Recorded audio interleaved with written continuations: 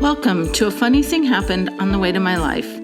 This is the place to be for stories to inspire and uplift when life doesn't go according to our plans.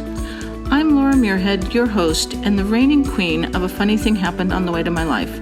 I can't wait to share the plot twist stories of my guests that will inspire and uplift you when life didn't follow the plan, right here on A Funny Thing Happened on the Way to My Life podcast.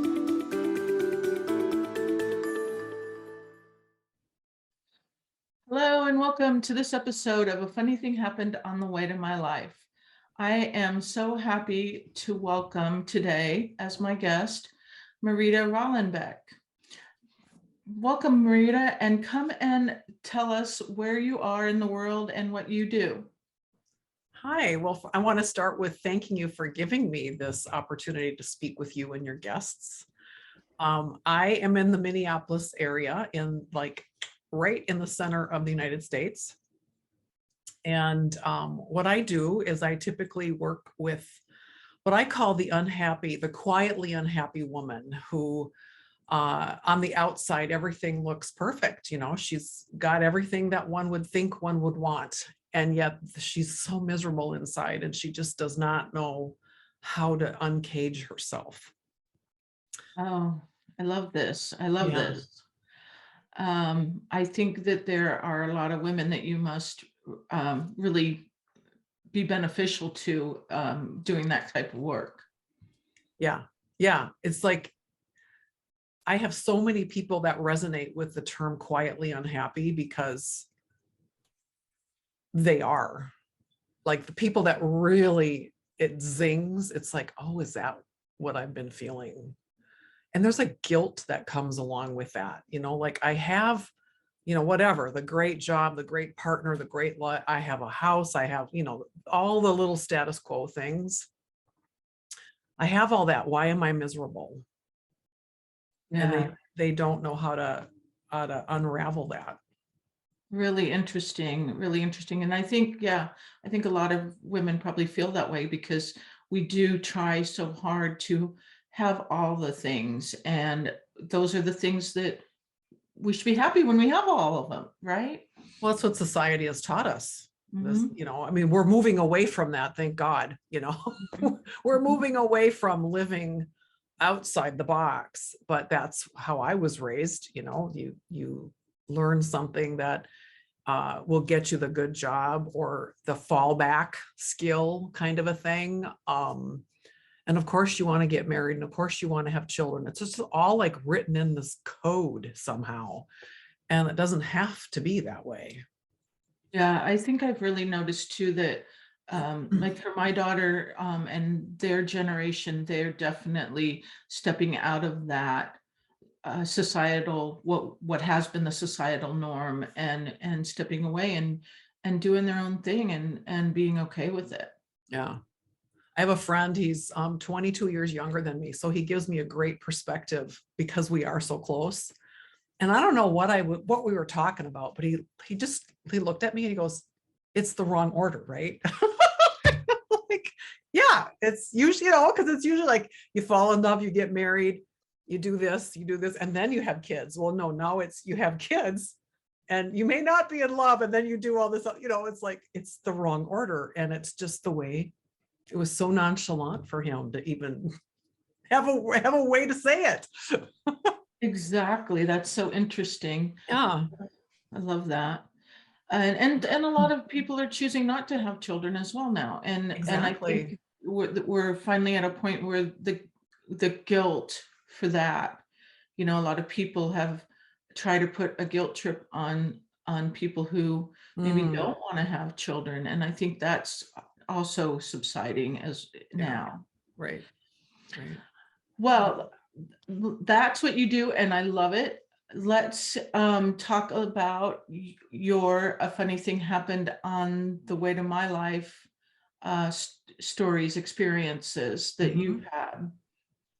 And I know you've had more than one. You've had a few. You've had a couple. I think we all have, if we really like want to look at our stories and our history in a way that you're bringing them to the forefront. But I really kind of want to talk today about how unexpected death creates like an unexpected future. And I had adopted, it's a longer story. It's actually in my book right here, but I had adopted a mama kitty. Her name was Grace. She was only 2. I adopted her baby, one of her kittens. And she got sick. She was only 2 and she got sick, and I took her to the clinic, and through a whole series of events, she was given 3 to 5 weeks to live. And 2.5 weeks later, she was gone. And my entire life went from all this important stuff, right? All these things that one has, that's important. It was only on Grace. And in fact, the anniversary of her death was just last month. So all of that came up. And she kept saying, Mama, we're going to write a book. Mama, we're going to write a book. And it was like the closer that she came to death, the more, of course, that she really embodied her true nature. It was like that became then, how do I say that? I could hear her more clearly the more she embodied her soul essence as she was dying. And it's like, I don't know how to write a book. And we're like, so I wrote this book, and I was kind of like, I don't know what the hell I'm doing. I don't know how to write a book. And after she died, every morning I had a special journal, and I had special pens, and I had a special little process, and I would spend time writing with her. And eventually then I kind of took all that and pulled it apart and did some other things, and then like, here, to an editor, you're like, you make sense of this. Like, oh my God, this, because I was so emotional, right? It was so emotional and so painful that you need that person that's so detached that it's not like, it's like they're not human. In fact, she sent me a message, I think last fall, and said, it's because of you and Grace that I adopted a cat. Oh, how nice. Really a cute story. So the whole process with Grace and having to, like, what do you do? There's this lifeless, almost lifeless body. And I remember I worked very, very closely with an animal communicator, and thank God for this woman, but it was like, I got to recognize when Grace left her body. If you've ever midwifed somebody to the other side, they do this dance, they're here, and then like the body's there, but they're not. They do this dance as they prepare. And it's a very distinct sensation, feeling thing. I don't know how to describe it. I get chills just thinking about it. And I noticed that then later with my husband and my ex-husband, as he was transitioning, the same thing. It was so incredible. So she had a hard time. She'd been so abused in her previous life before she found me that she had such a hard time trusting. And toward the end, she actually let me hold her. Like I was thrilled to death if I could hold her for 90 seconds. Oh my God, we made it to 90 seconds. Yay, And then we had an episode at on a veterinary hospital where, oh my God, they were so busy. And I think I was there for a 2-hour wait to get her seen. And then she had to be checked in for 2 days and all that kind of stuff. But during those 2 hours, she let me hold her for about an hour and a half of that. And that was like, and I could feel her, like, she wasn't scared. It was just this, she like sunk into me. It was like a total surrender. Okay, Mama. Okay. So don't make me cry. Right.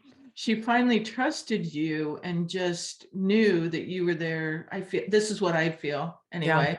is that she was trusting you and allowing you to help her at that point, and probably, I would imagine, even knew that she wasn't feeling well. Now, for our listeners, tell us the name of your book. What is the um, title of your book? it's called Living with Grace, because that's her name, Living with Grace. I love the whole pun throughout the whole book. I mean, not pun, but the double meaning. And the subtitle is A Story of Love and Healing, Leaving Paw Prints on the Heart. And it's really, so it's like a multi-dimensional book, because we are multi-dimensional beings, but it's her story. It's how I found her. It's woven into like her musings on really, like, I believe she's an ascended master. Her wisdom is like off the charts, crazy wisdom. And through the animal communicator, and actually then I started, when she died, I was channeling it, like, whoa, Grace, like, that ain't me. And then the second part of the book is actually what I call the journey to grace. How do we go from a place of fear, which is where she was, to a place of, embodying grace, because she literally, she lived into her name.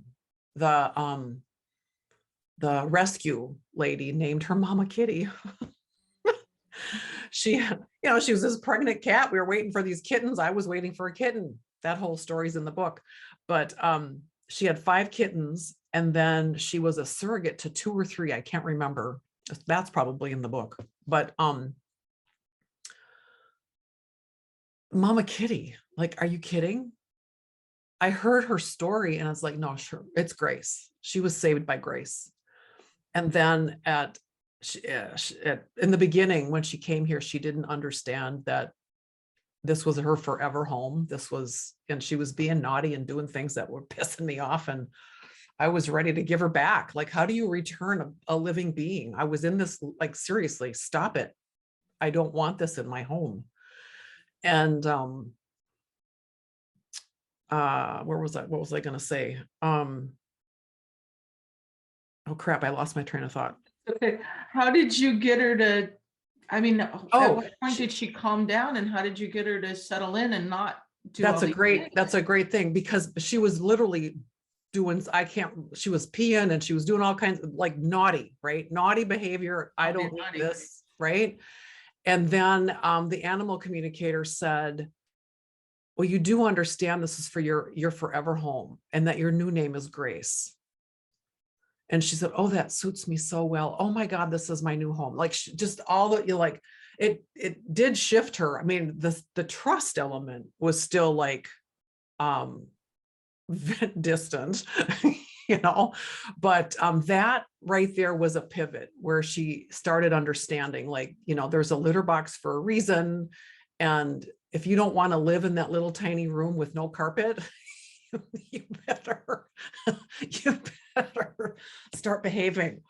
So Yeah, be a good girl and you can come out and play, right? that's right. Oh my gosh, that's all in the book too. It's like all the stuff, the antics and all of that. But toward the end, yeah, we still do have quite a relationship. And then in fact, I learned that I was talking to a friend of mine who, I don't even know what we were talking about. She said, tell me about that cat again.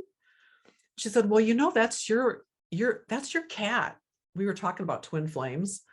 And she said, well, your twin flame in you, that's great. Grace is your cat. Like, your cat. Like, oh my God. Like, what's the probability of that, right? Finding your cat. Crazy. Yeah, I've had a lot of animals. I love animals, and I've had horses and cats and dogs and bunnies and birds. And I was thinking about that the other day, as far as, the energy of us connecting with that animal, Mm-hmm. and how we end up, choosing that particular animal or finding that animal. And it was really, pronounced for me when I was looking for a show horse, because I looked at a lot of horses, gorgeous, beautiful horses.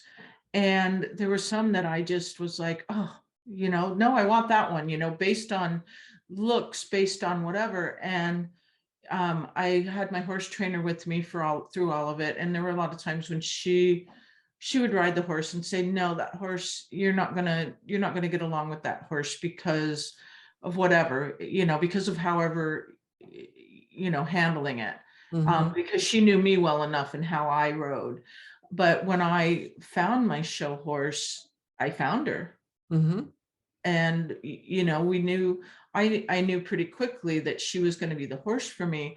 But at the same time, you still go through the process of riding her and making sure all the things. But even, I love that you're saying this, like, for Grace was was really your cat, meant to be yours all along. And whatever her experiences were before her life with you, hopefully her experience with you also helped heal some of that in her. Oh, absolutely. Yeah. Yeah. Now, how long did you have her before she was, ended up sick? Not long. Well, she died before she was 3, like less than 2 years. I mean, crazy small, it's one thing when you got a 16-year-old cat that dies, but when you've got a 2-year-old cat that dies, and that miserably, that sick,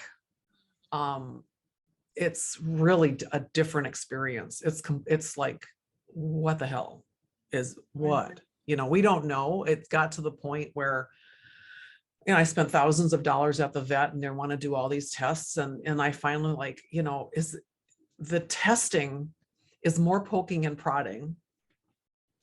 You've told me she has 3 to 5 weeks to live. Is it going to extend her life? No. Well, then why would I do that? Financially, and for this cat is not a pincushion. And, if you're curious, you'd be curious on somebody else's time, Yeah. So, and the same thing goes with humans, how badly do we want to know something? Right. Well, and I love that too, because that is similar to my philosophy with animals. And I can go back to my show horse. She ended up sick for several months before she passed away. And, we took her down. I lived in Illinois at the time. So we took her to U of I, who has a great vet school. And they're, everybody says, if you need to take your horse somewhere, take it to U of I. And or at least at that time, that was the case. And I had taken her and brought her home, and we thought she was doing better. And within a couple of days, I knew she wasn't. I took her back. And luckily, at that point, I had a vet that I was able to say, will you tell me when it's enough? Will you tell me when we're really not doing, we're not extending her life in any positive way. And luckily I had a vet that did that. So I understand what you're saying. And I totally with you on the quality of life, you don't want them to suffer.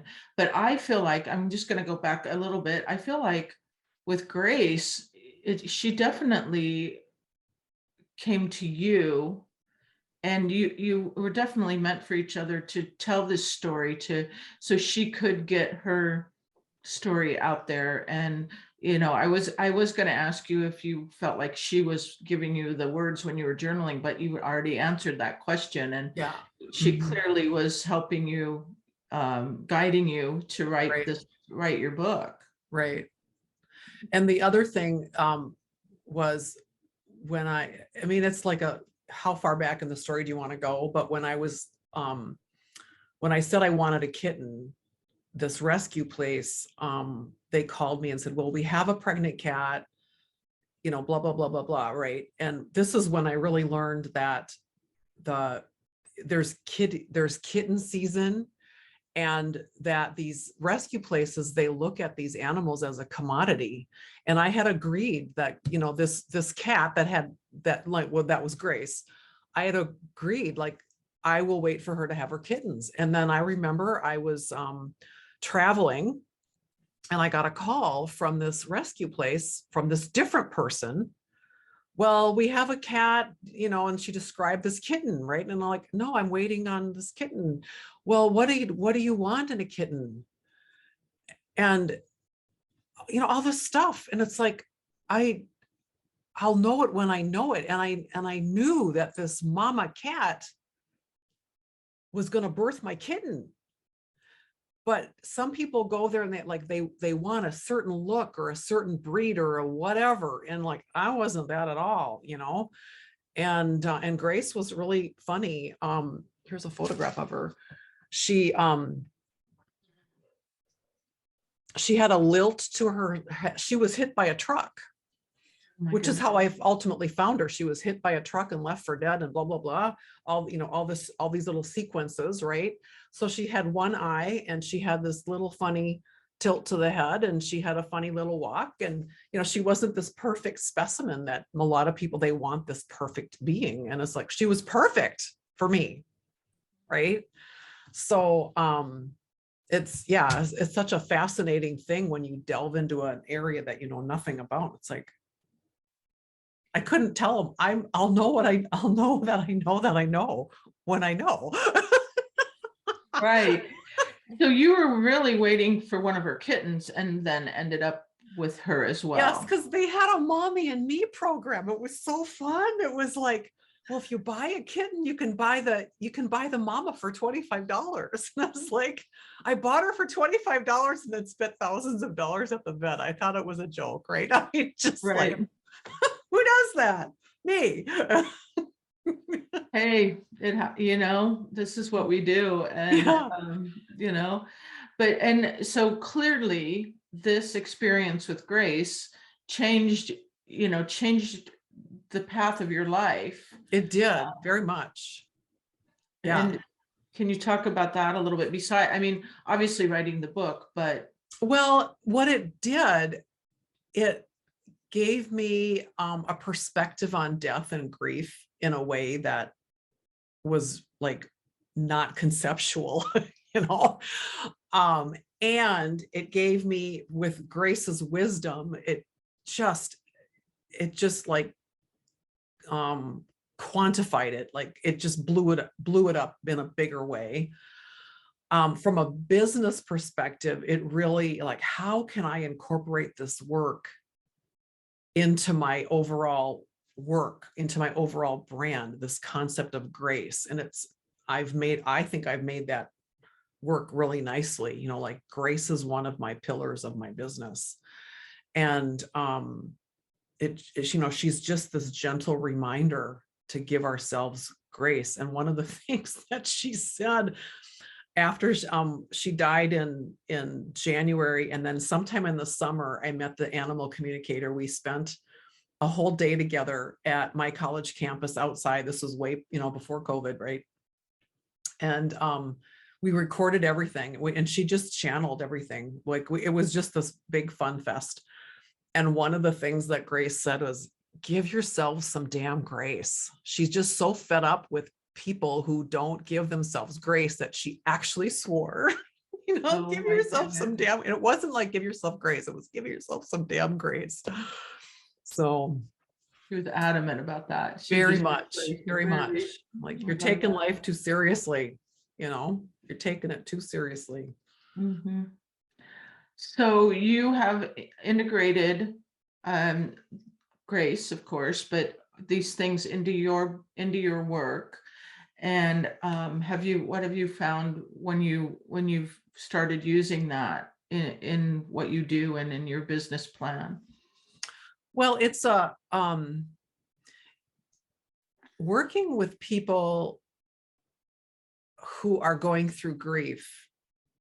It's, not just death, but especially I found with COVID, now we've kind of like beaten that horse like a lot over these years, but realizing and coming to terms with the grief that came with the change of lifestyle, the loss of autonomy almost, right? Like you can't do this, you can, all these, you can't do these anymore. That's all those letting goes of who you were. And then the bigger thing of, if you look at the pandemic, if you look at it from a higher vantage point, it was, and it still is, unfortunately, an opportunity for us to really, I call it spinning out, spinning out those aspects of ourselves that they're not us, they no longer serve. And okay, well, who do I want to be then? To really embody a higher version of ourselves and do it with grace and do it almost with permission.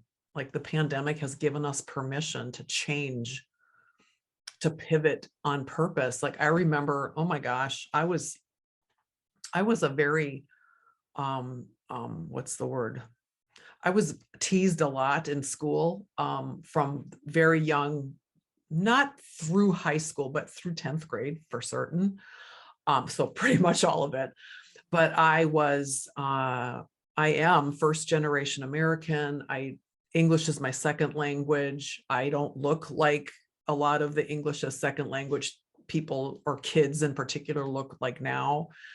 I had fire engine red hair, and I was overweight, and all of these things contributed to, razzing on me. And I was looking forward to being done with school. And I remember being so excited about going to a local college here. Actually, now I live 2 miles from the college.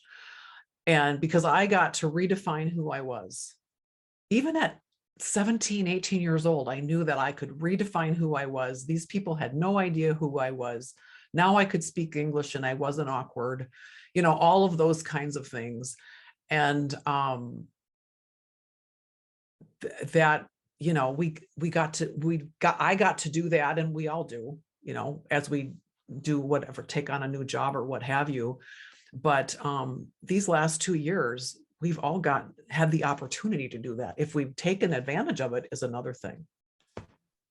Yeah. So to see where we have shifted or wanted to shift, or we've all been able to embrace that if we chose to. Right. But I love the idea that also that when you went from high school to college, that you realized even at that age that you were wiping the slate clean. Nobody there knew you, and they don't have a history of being in, second and third grade with you, and knowing all the things. And I love that you realized that even at that age that you were able to have a fresh start. Mm-hmm. That's amazing.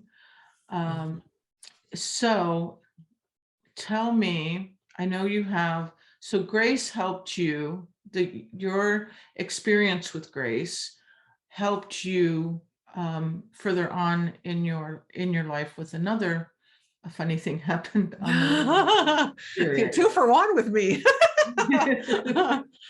Well, when I wrote the book, I mean, I did it out of a labor of love. I did it as Grace, Mama, we're gonna write a book. And I had no idea I had no idea what it was going to look like, be like, where it's going, nothing.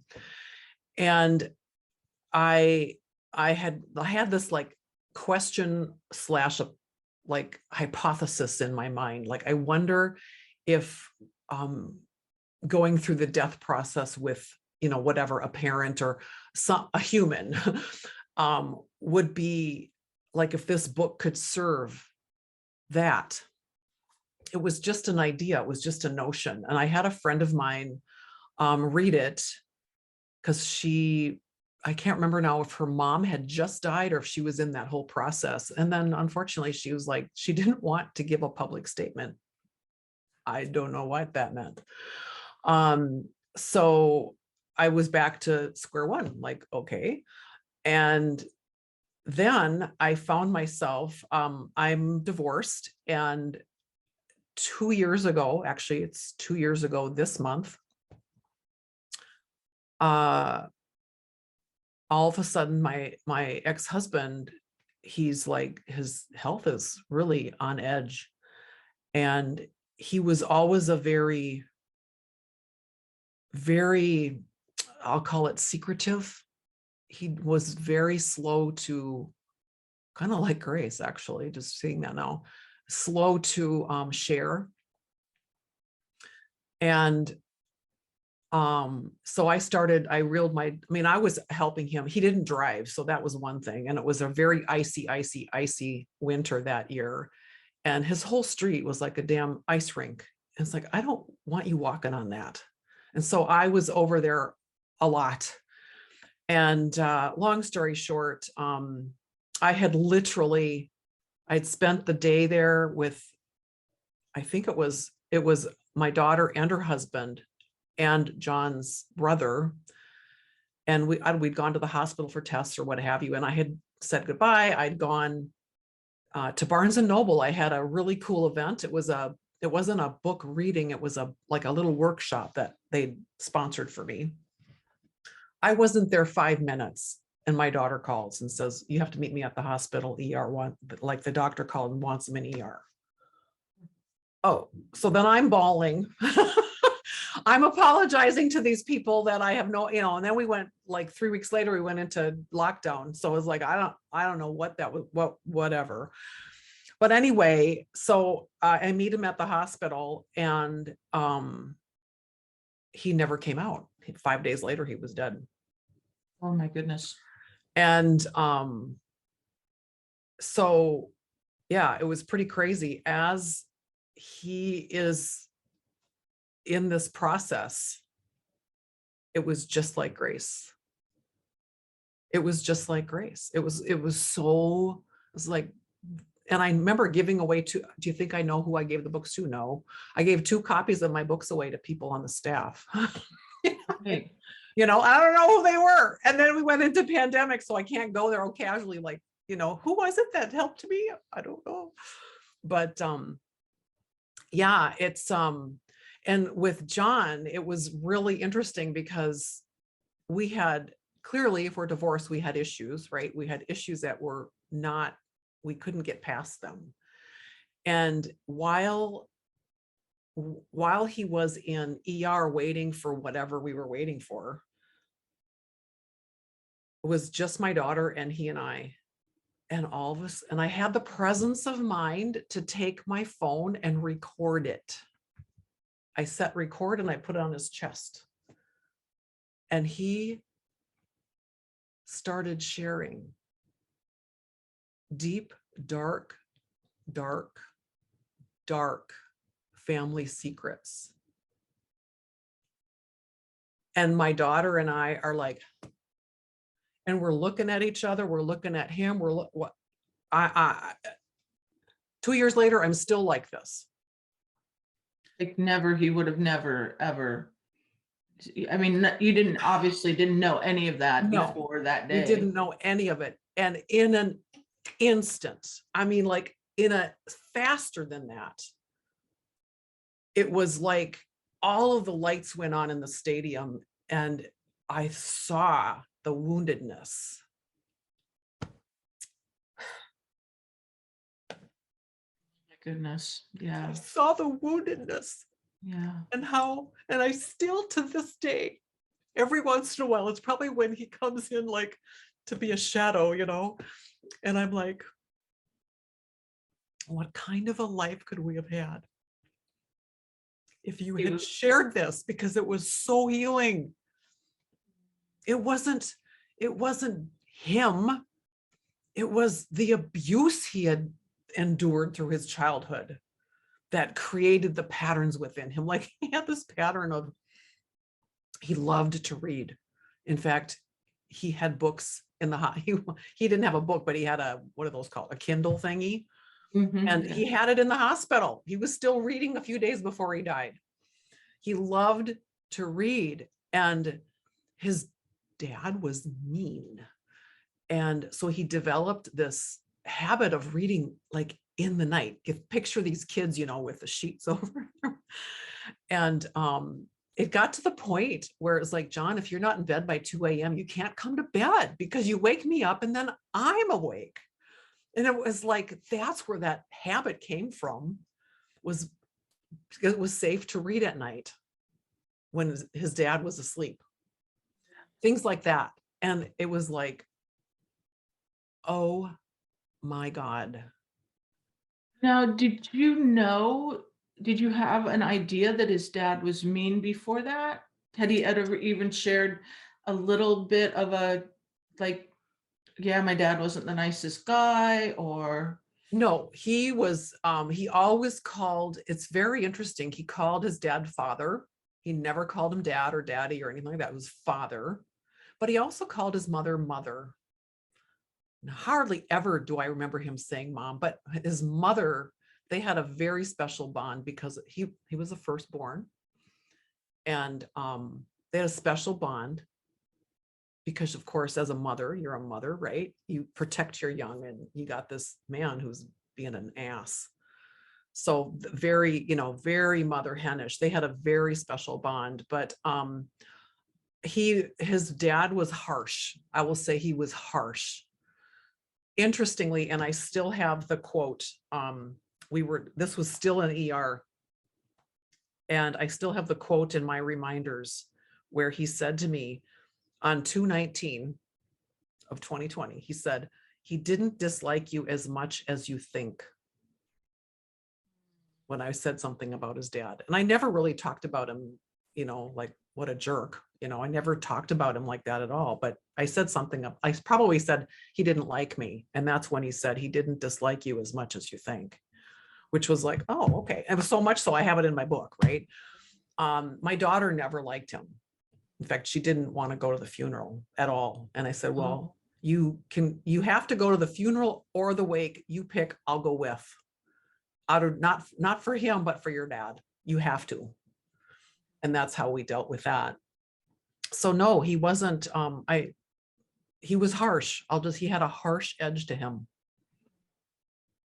Interesting. And I want to go back to, your ex-husband saying all these things, and I mean, what a release for him. Like, finally, yes. Like you're saying, wouldn't it have been incredible? And I think, I'm thinking of people that I know, or even some of my own experiences where we've held on to those things, and either shame or guilt or whatever it is, and it might not even be shame or guilt. It might just be not wanting to share your story for whatever reason, that ends up dragging you down. And I can only imagine that he was, John was finally at a place where, what a release for him to be able to share it, especially with probably two of the people that are closest to him and, were closest to him in the world, even though you were divorced, still, like, who else did he have that was that close to him?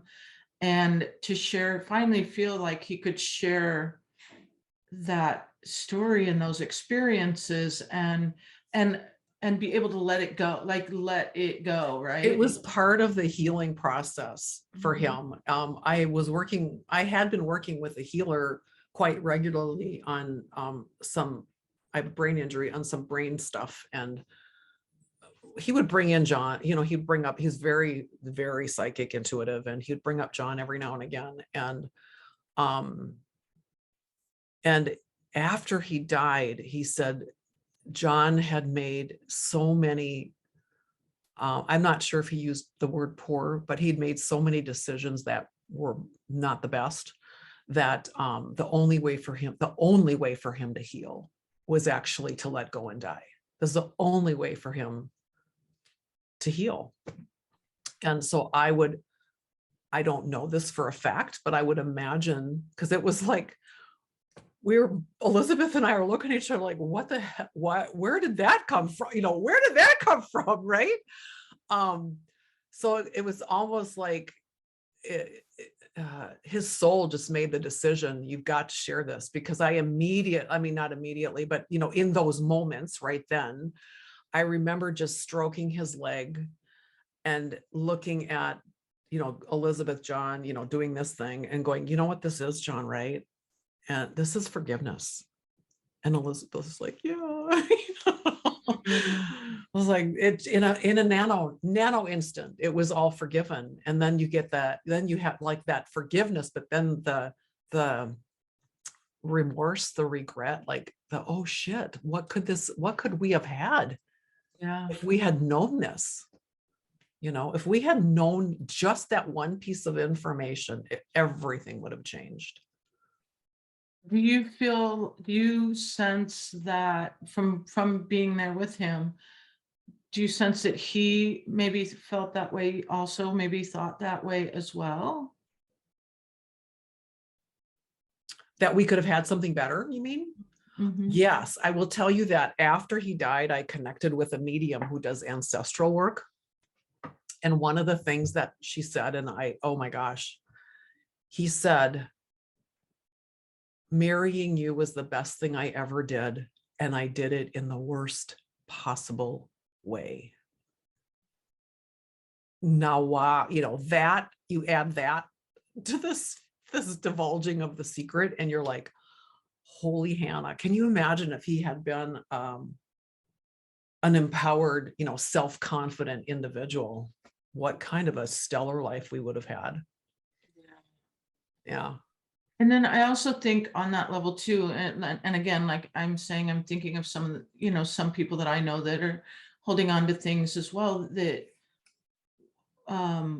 what kind of possibly sharing those experiences with people, the healing that it could lead for them as well, for even maybe people that you don't know. Like, for example, for you writing this book about Grace, with Grace's help and the experiences that you had, or even sharing them here, hopefully there'll be people who are touched by it and maybe can see something in their lives that they can say, oh, this makes sense now, or maybe give them courage to take a certain step in a certain direction. And those things, I frequently feel that sharing those experiences can be helpful to other people, inspiring to other people that you don't know. And besides healing yourself, there are people that maybe had similar experiences. And I feel the same way even about this, especially with you and sharing your experiences with grief and death, that there are so many people that have experienced death and grief in a different way. Right. That isn't necessarily, I don't want to say a positive thing, but it can be better than what they think or what they feel, or people who hang on to that and just want to and end up sitting in their grief and maybe even stuck in their grief. I don't know if I'm saying this the right way, but I think what I'm trying to say, that there's you clearly had two midlife, transitioning experiences that are incredible. And they're both they're very different yet very similar, and both very powerful, and quite an honor. I had everybody that came into that hospital room, they commented on how like sacred the space felt. And I'm really good at creating a sacred space. I don't need like a to do, or I know an organization that defines a sacred space looks like this. It's like, yeah, that's bullshit. You can create sacred space anywhere. And I brought my diffuser in and had essential oils, and I did not have the fluorescent lights on. And, it wasn't about anybody except him. Yeah, that's beautiful. That's beautiful. And I know I haven't been with any live person or animal when they've transitioned, but I, of course, have experienced grief and death and as I've gotten older and had different experiences, I also see it in a different way. I see it, in more of a transition, more of they're still here with us. If, their body, of course, they've left their human bodies, but, Mhm. and so there are times when I actually haven't been sad when someone close to me has passed away Mhm. be- because of their health at the time. Right. Similar to Grace, where the doctors did everything they could, and they're not getting anywhere. They're not curing or contributing to their well-being in any way, and not really extending their life. Even, I mean, maybe extending their life, but a Right. miserable, Right. hurting life at that point. Right. So I've been, I just have a different view on it because of that. Yes, for the people the person I'm thinking of, if she was still here in her well-being, I would love to have her here, of course. Right, exactly. That's what we miss, right? We Yeah, don't miss the person that's bedridden and can't fend for themselves or can't feed themselves or can't even get up and go to the toilet by themselves. Um, we miss we miss the person and how they were with us. Like when my parents, I'm in Minnesota and my parents lived in Florida. And honestly, my mother, well, that's another interesting story, but honestly, when I got the call that she died last night, it was like, thank you, Jesus, because she had been so sick for so many years and she had dementia. And so if you've ever, if you ever know about dementia or Alzheimer's, you grieve, while they're alive. You let that go over time as they diminish in their ability to communicate. And then by the time they're dead, you're like, thank you, God, because it's like they're out of their misery, you know? That's yeah, how and it was with mom.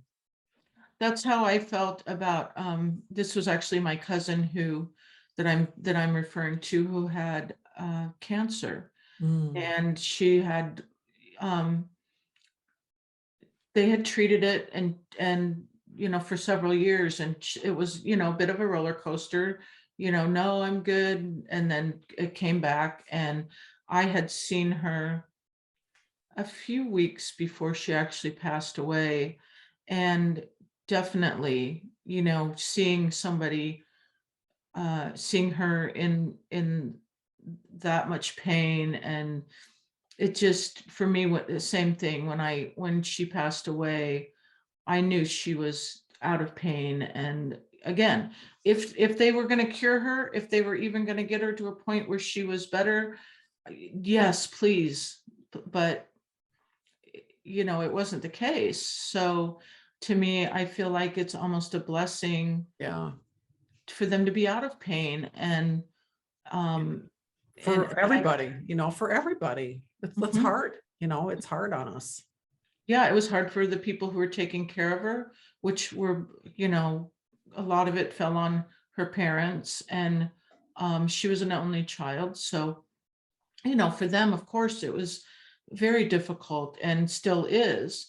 But I just see it in a different way. And even at her services, I didn't cry. And I don't mean that. I'm not, yes, I would love for her to be here. It's not that it's just a different vantage point to me, that I see it in a different way.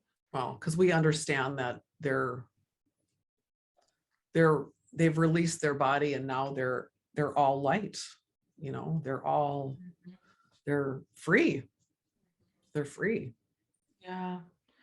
I think it's just so interesting that, for you, that Grace definitely was, I feel like, listening to your story, that Grace was there to help you when John, ended up being so sick and Mhm. transitioning as well. Yeah, yeah. Definitely a different, prepared you for She that. did. Yeah, that she did. It was so similar, so similar, very Yeah. much. Yeah, very interesting. Well, and I love that you were able to write this book with grace and able to incorporate these things in the work that you do, and all the experiences that you have. This definitely has changed your viewpoint on things and your path in life a bit. Hmm.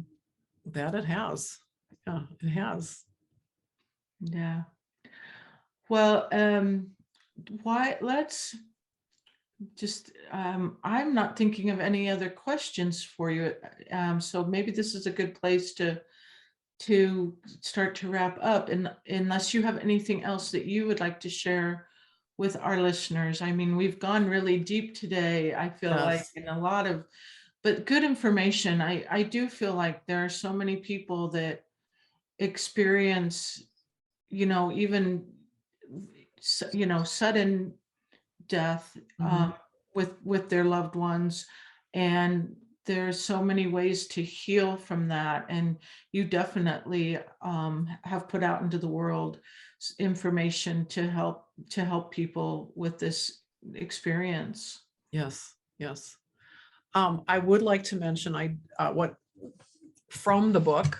Of course, it's very budget friendly. Um, I have pulled out what I call grace notes, and I've made a beautiful free gift for people. It's called Grace Notes with Grace, and it's just a downloadable PDF with, I believe it's 30 quotes from Grace, from the book, that are very empowering, and you can use them as like a meditative prompt, or a journaling prompt, or just something, when when you need a hit of grace, right? When you need a hit of grace, read a grace note. So if you want to put that in the show notes, or however that all works, that I'd like to offer that to people, because it's a great resource if you're struggling with grief, or if you just need a hit of grace. I love that. I love that. That's really so nice. It sounds lovely. Is that on a website? Where I will put it in the show notes, but where is that in your website or? Yes, it's on my site, but it has its own domain of gracenoteswithgrace.com. Okay, beautiful. Yeah. Gracenoteswithgrace.com. It takes you right there, and you can access it there. Yeah, we'll definitely put it in the show notes.